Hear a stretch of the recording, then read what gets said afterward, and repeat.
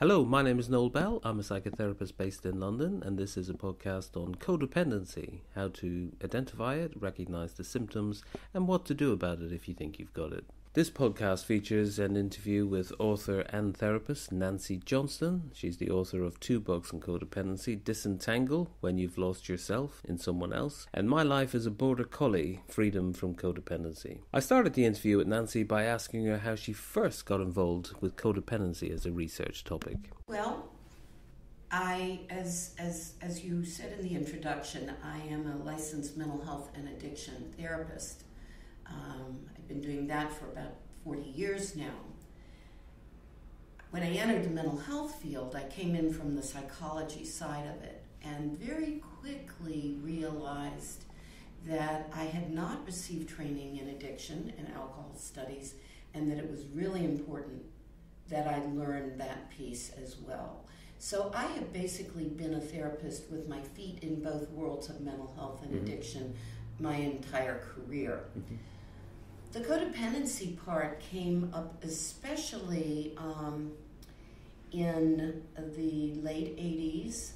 A person in our family went into recovery, and I went into Al-Anon as part of that whole family recovery piece.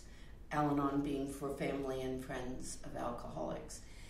And it just really started waking me up to things about myself. So I'm telling you already that I have a weave of professional and personal that has taken me there. And the Al-Anon started waking me up to characteristics about myself that I was not aware of. Managing and controlling was one of those pieces.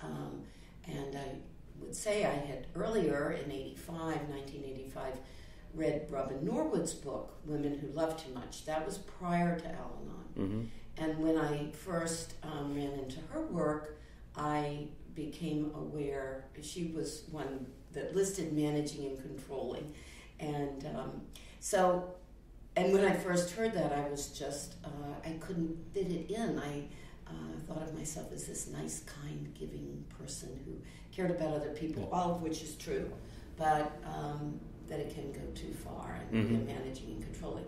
So I've spent many years in Al-Anon, and parallel with that had worked as a therapist through those years. And in the 1990s, I started, my Al-Anon work started filtering into my clinical work.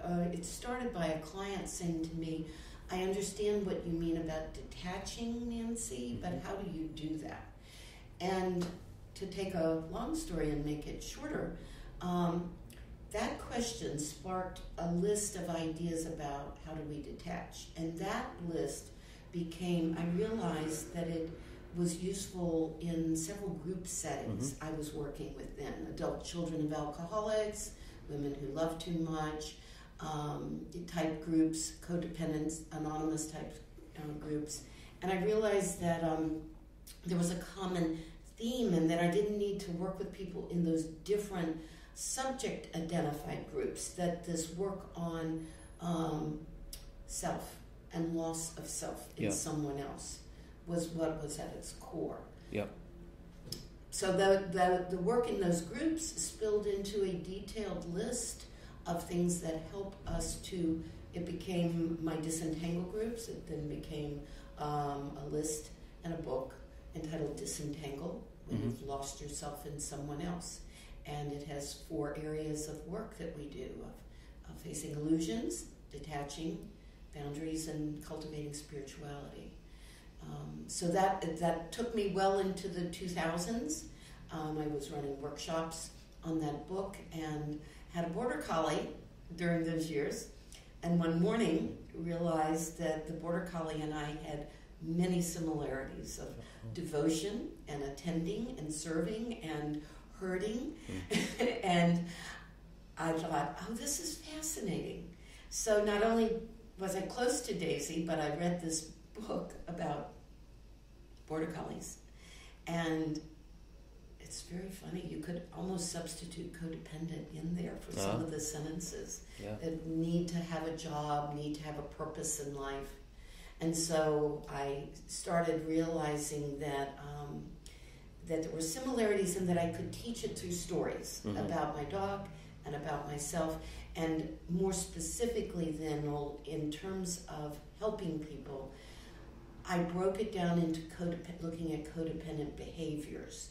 And the book is really emphasizing that we look at those behaviors on a continuum, and that giving some of the features of codependence, fixing, caretaking, managing and controlling, aren't bad in and of themselves. And this is really one of the angles I'm particularly interested in, that they aren't bad in and of themselves, but that we can carry them too far. Okay, now that's... so anyone who's just started listening will think, codependency, gosh, what's that? I've heard it in the past, a very loose working definition, which I'm sure you'll correct, but it says something along relationships, addiction. How would you describe codependency? And so, a couple of ways I want to answer that. Simply put, after the work I just described, one of the ways I put it as loss of self in someone else. And that's the subtitle of the book, but it is the subtitle because I do think that we get so externally focused that we are losing a healthy internal focus on ourselves. Yep. So one of the ways I now currently describe it is as over-functioning for someone else and under-functioning for self. Yeah. So now I'll comment on that. Over-functioning for someone else is where my life is revolving around that other person, either caretaking or fixing or thinking about, speaking for, managing and controlling. Because you're in their side of the street. Yes, my colleague says their yard. Ah. Yes, Margaret Kress. Because that's the analogy I use with clients who, when you say you're responsible, of course you are, but for your side, not their side. Exactly. Yeah. Yes. And so over-functioning has us in their side, on their yard, in their side of the street. On our side, the under-functioning for self is, then we're doing things like not taking care of ourselves, neglecting what is our yard, our side of the street, not considering self even. Further down the line, it can even involve extending ourselves so that we're spending more money on the other person or situation than we have to spend. We're giving more time than we have to spend. And it can go as extreme as that there are legal or ethical problems that are coming up because we have put ourselves out of our line so much that way. Yes. So that's language that I currently use. Now I want to address though how the field sort of it can offer right now, because it continues to be not a ton of research being done on this. But as I was gathering research several years ago, there was a study done in 2005 by researchers in Australia. Deere, Roberts, and Lang are their last names. And they took the 11 most common definitions of codependence. And these would be from our main sources of people from the 80s and 90s, like Melody Beatty, Robin Norwood, Sharon Wegscheider-Cruz, Charles Whitfield, Robert Subby. I'll stop there, but those were some of the 11. Okay, and they did an analysis of those 11 definitions. And what they found was that 4 core features of codependency. And I really like the list of those. All 11 definitions included an external focus. Yep. And then 10 of the 11 included self-sacrificing, interpersonal control, and emotional suppression. So external focus is clear, self-sacrificing is, but let me talk how they describe interpersonal control is they say that the definitions reflect that the person has an entrenched belief in their ability to fix or control someone else. I always think sometimes the most obvious questions can be the best questions. Okay. Can you be codependent living alone and not in a romantic relationship, for instance? Yes, I do think that. Yesterday I was doing a presentation and someone said, gosh, I think I have this relationship with my work. Right. And so one of my earlier, very early experiences back in the 90s in the Disentangle days, a client said, I think I'm addicted to volunteering. And I thought that's excellent because it is such a self-giving form. It absolutely can be. And so it isn't relationship-based. That's a great question because it's more how am I interfacing with the world? Yeah. Yeah.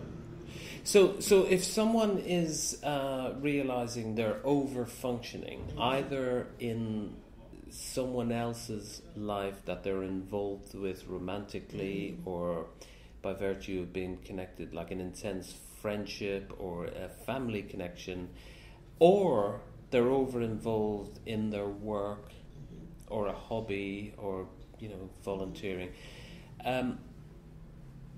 what can they do about it? First, I think, as we know, they have to recognize the balance. It's out of balance. Let's throw that out. I have visual tools I like to use. You've already brought up the street, and I brought up the yard, and the balance scales, as simple as they are another one of that I like. And so part of it is recognizing that balance of self, which would be internal focus, and other, which would be external focus, is off. So what happens is people don't necessarily catch on. We don't recognize these codependent, and I'm going to start using the phrase behaviors because I like that phrase. We might feel the presenting symptoms might first be anxiety or depression. I might be really unhappy with my life. I might really be worried about my money. Okay, those being, and so a person, it might come in first from that emotional, or I'm lonely and I can't seem to sustain a relationship. Okay, those would be a quick, not quick, but a fairly common way that people recognize it. So it's in being willing to acknowledge first that something's off here, and then I think the willingness, so awareness and then willingness, I bring willingness in pretty quick in my work, the willingness to see that, I might need to make a change, and that change would be toward stopping and saying, wait a minute, do I have the time for this? Do I have the money to offer? Does that feel like it's in my best interest? Is it facilitating and improving my life? Yes. Yeah. And Noel, it's partly even that with sometimes with people who are have codependent behaviors, that feels selfish. And so there's this deeper internal work that we have to go through also that says, it really is okay to consider myself. It really is okay to say no and to not come through one more time for someone else. And I guess that's the work as therapists we need to do, because you can get family messages, life scripts, right, transgenerational messages saying, yes, don't look after yourself. Exactly. You're not good enough. There are so many various sources that you just named well, that then as a client is doing the deeper work, they realize, their religious backgrounds may be part of what is feeding that trying to find what is a healthy care of self versus self-sacrificing. Because codependency is not always going to be an initial presentation, is it? It rarely is. In my own practice, I do not have people walk in identifying in that way, nor am I I really want to be clear about this, nor am I sitting there trying to help them to identify them or to pluck them out. I think that it's a process that finds its way to this balance of self and others. And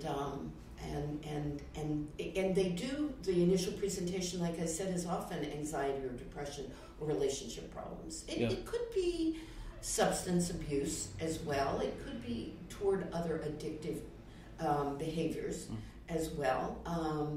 But codependents, they don't walk in the door with that, at least in the U.S. Unless they had some exposure to 12-step groups or in that environment where it becomes a more likely topic of conversation or currency. Exactly.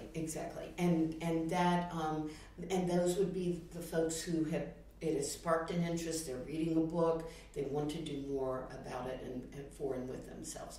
I will say Al-Anon, and I don't think I've said it yet here, is just what I have learned through my own experience with it has been extremely helpful and extremely, my Disentangle work, my life as a Border Collie, has the flavors of 12-step wisdom, is what I call it, knowledge and wisdom woven in there. So there's a real coming together of that work in mine for sure. Yes. Because, I like, just on a little bit of a tangent, I think, the 12-step community, the wonderful literature that is available, it's not always very unique. It's building on centuries of wisdom and... Exactly. So... And it is, and there is something about it, and it's 12 steps, in the 12 steps, that's genius also. I do use that phrase, that it took all of that, all of the centuries of information knowledge, and yet it put it into a really easily understood format through the 12 steps. Yeah. So anyone listening who might be struggling with always seeming to be over functioning in someone else's life, what are the practical steps they can take to go forward, to take more responsibility for their own self-care? Right. So, again, if we assume that they've become aware, and we assume that they have brought some willingness to do that, practically, I think that one of the phrases I use is try to take me off the top. What does that mean? It means to start my day with a consideration of what would be important for me in the day.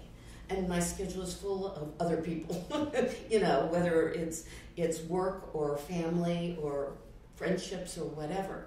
But to tune in as we start our very day to what would be good for me today and what was important to me today, so that as I have to make decisions through the day, I will remember that. I'm really much fresher in the morning. So, if it's a matter of journaling a little bit, I want to make sure I save time for that in the morning. Some of it, Noel, is as basic self-care as I need to wash my hair today. Yeah. I need to, nutrition, exercise, and sleep. Yeah. All of those. Cannot say enough about those things. But then you have people who might be parents, preschool kids. Right. Life is kind of hard and pretty full. It is. So I think that the treatment still is to keep a self-awareness as we make those choices, say, with parenting and childcare, and so that how can we tag team a little bit? If I have had to learn how to make 20 minutes go a very long ways for self. Yep. Okay, so if I realize that if you can watch them and I'm going to go take my 20-minute walk, we will all be helped by me taking my 20-minute walk. Yeah. Yes. So it requires that I'm aware. Notice I keep using awareness. It's just no way to do this without self-awareness. Yeah. And aware and then willing to ask. That's a skill that early on a person, it's like, I just hate to ask the other person to do it because, they're as tired as I am. They're as busy as I am. And I think it's important that we try to learn to tell ourselves, this would be cognitive behavioral work coming in there for sure, to tell myself it really is okay for me to ask. It's really okay for me to even say, I need those 20 minutes. I need to go into my room for 20 minutes and shut the door and just lay on the bed, or breathe. And that's looking after self. But what about being able to ask for help and...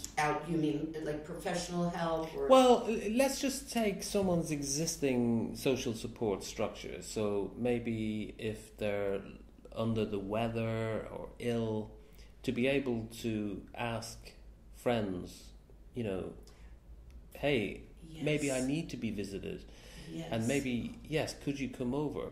But people often, their internal dialogue from the CBT material is sort of, well, maybe they're going to be busy, there's probably going to be a lot of traffic to come, and all of that. Will they spend half a day with me? Am I worth it? Right, exactly. And I think that I do have to I choose to draw on the CBT work in that space there, that we change up those internal messages some, that we really first notice, we're aware, we notice, I'm telling myself, I couldn't ask him to come for a whole afternoon, but here's what I say. When I'm working with clients with CBT, I don't want it to be a cognitive monologue. That's a monologue that just says they can't come, da-da-da-da.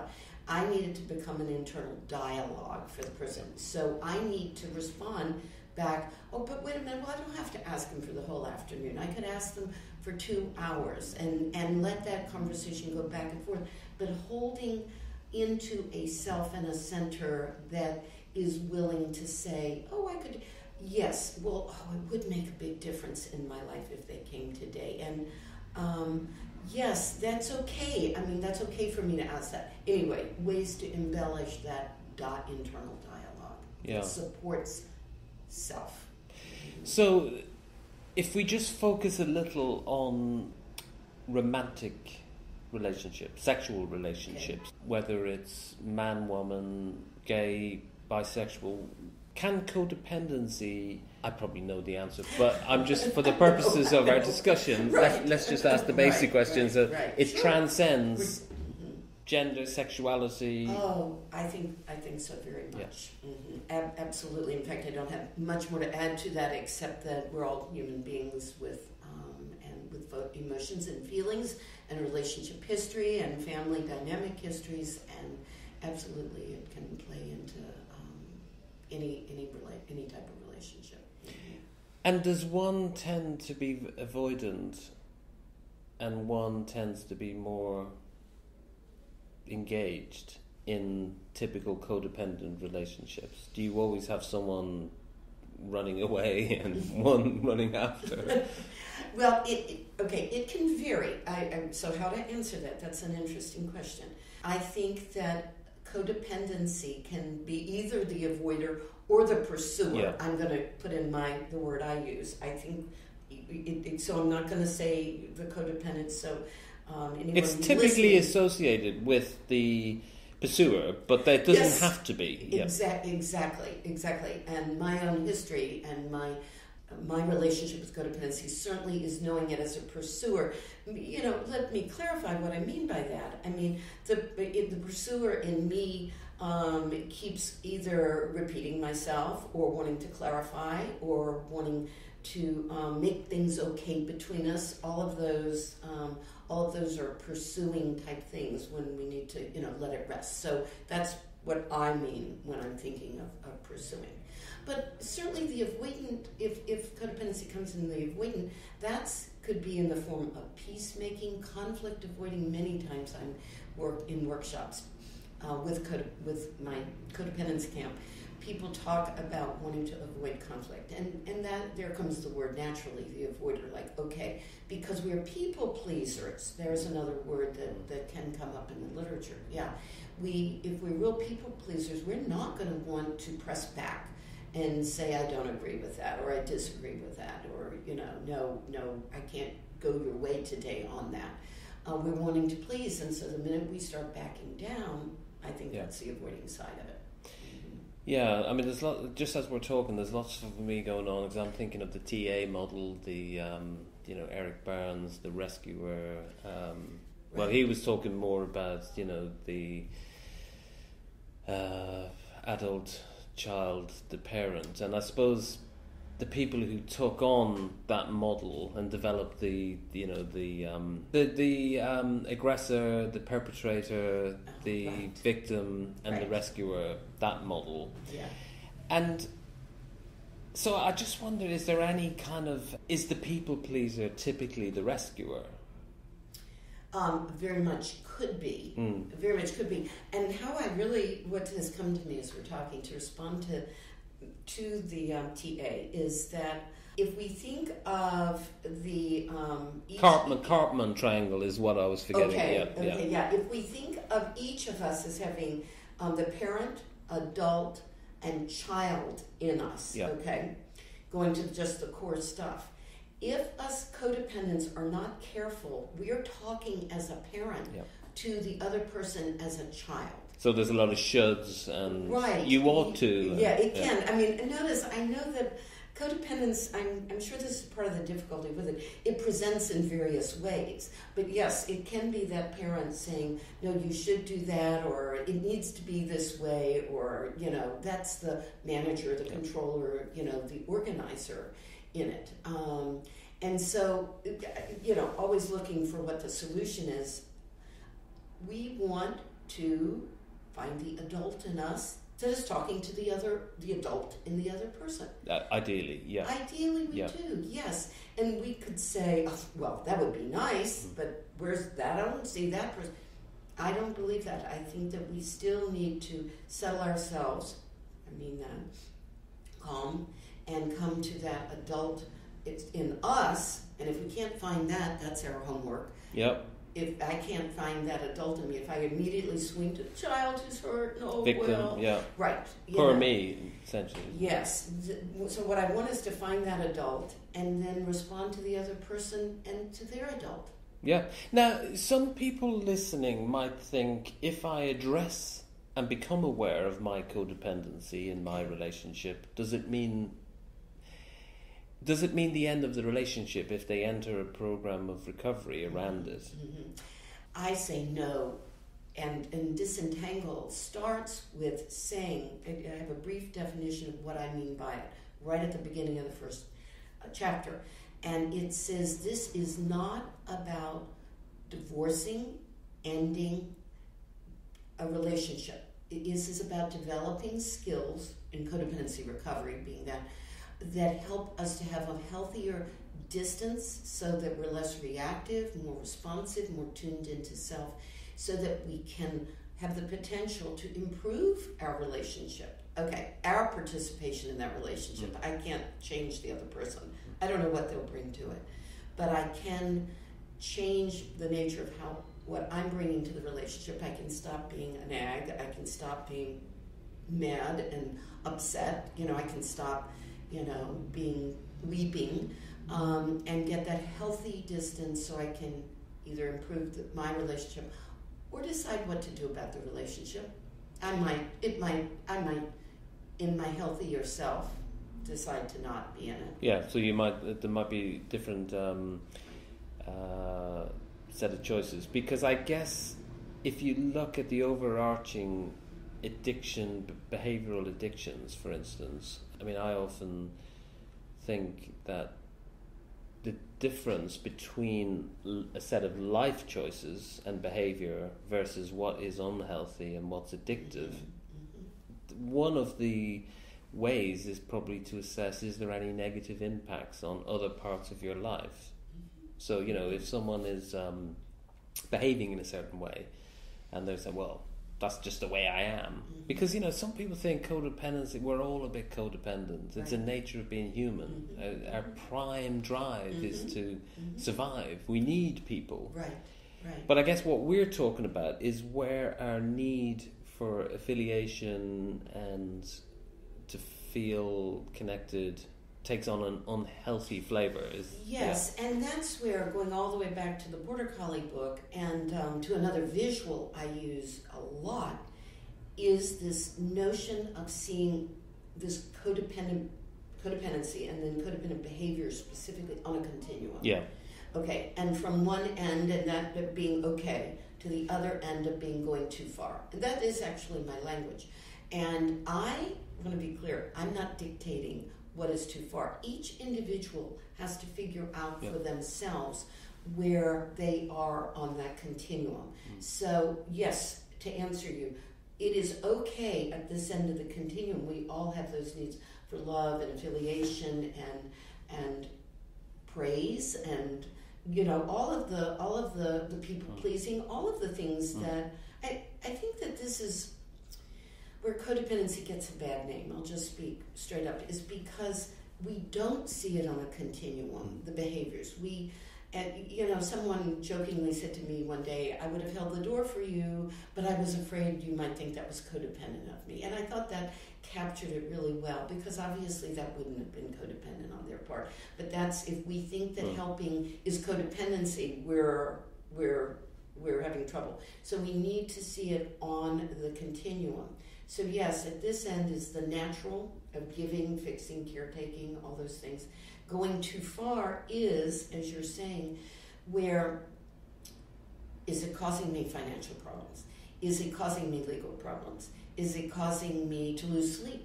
Is it causing me to be physically sick? Yeah. Yeah, Is my own social support network, independent social network, suffering as a result of my relationship? Yeah, actually I'm smiling at you as you say that, because I'm actually thinking, am I losing that social network? I mean, sometimes those social supports just, I'm gesturing here in the middle of the continuum, or like, well, if you keep traveling down this, we can't go any further with you, Nancy. We've supported you, but we really don't think that, we don't agree with that choice, and we love you, but we can't support you in the same ways. Yes, because I sometimes think the toxicity that goes with listening to someone who's in active codependency, it can be so much about them, their relationship, that they're blinkered. It's not balanced. Do you know what I mean? Yes. When you're talking about their life. No, I do. I hear you, and I'm smiling because in my very early recovery, which would have been in the late 80s and entering Al-Anon, I believe I became aware of doing that with a specific friend of mine. She never had to give me feedback. All of a sudden, I just started to become aware that enough, Nancy. Take it to your meeting, get a good therapist, which I did. But, and I, in Disentangle, I have lots of little essays, and one of them is don't go this alone. Yeah. But it doesn't say it says gather people who are in the know, because people who aren't in the understanding of this will give all sorts of responses that are not necessarily helpful. Yeah. But also, we want to we don't want to burn out our support network, and we want to be sharing and working with people who really can help us to not be toxic. For this interview, we're going to have a separate interview talking specifically about how to work therapeutically with codependent clients. So we'll wrap up on this one. And so for anyone listening who might have had a couple of light bulbs and they're then thinking, maybe I should find out more information, obviously read your books and do some online searches. Are all the search results on codependency good on the internet? I'm sorry, are the what? Are all the searches for codependency, or are they all good, or? Yeah, I don't have anything to direct people away from on that. I mean, I certainly think that I do feel like that some of our earlier people, Melody Beatty still being very current, there are really good books on that as well. And anything that is Al-Anon based, Al-Anon is available on the internet. Yeah. If you're curious, want to read, what it is about. One of the things I haven't said yet is that Al-Anon in the welcome says that we keep the focus on ourself and not the alcoholic, and I do see that as a really, really predominant way to do things. I will add as another resource is that on my website is under downloads is a copy of my third, what I call the little book, that takes a lot of these ideas and breaks it into very concrete things you can look at for free right on the internet. Great. And your website address? Is NancyLJohnston.com. So that would be a useful resource. And in terms of finding a therapist, I mean, presumably some therapists can be codependent and have a professional caregiver. Exactly. So how does someone navigate that field? My experience is that no super duper answer on that. If one is word of mouth, sometimes through people you are finding who are working on these similar issues, they then know who in your area they may be working with or have worked with themselves that are wise to this particular topic of codependency. Yeah, absolutely.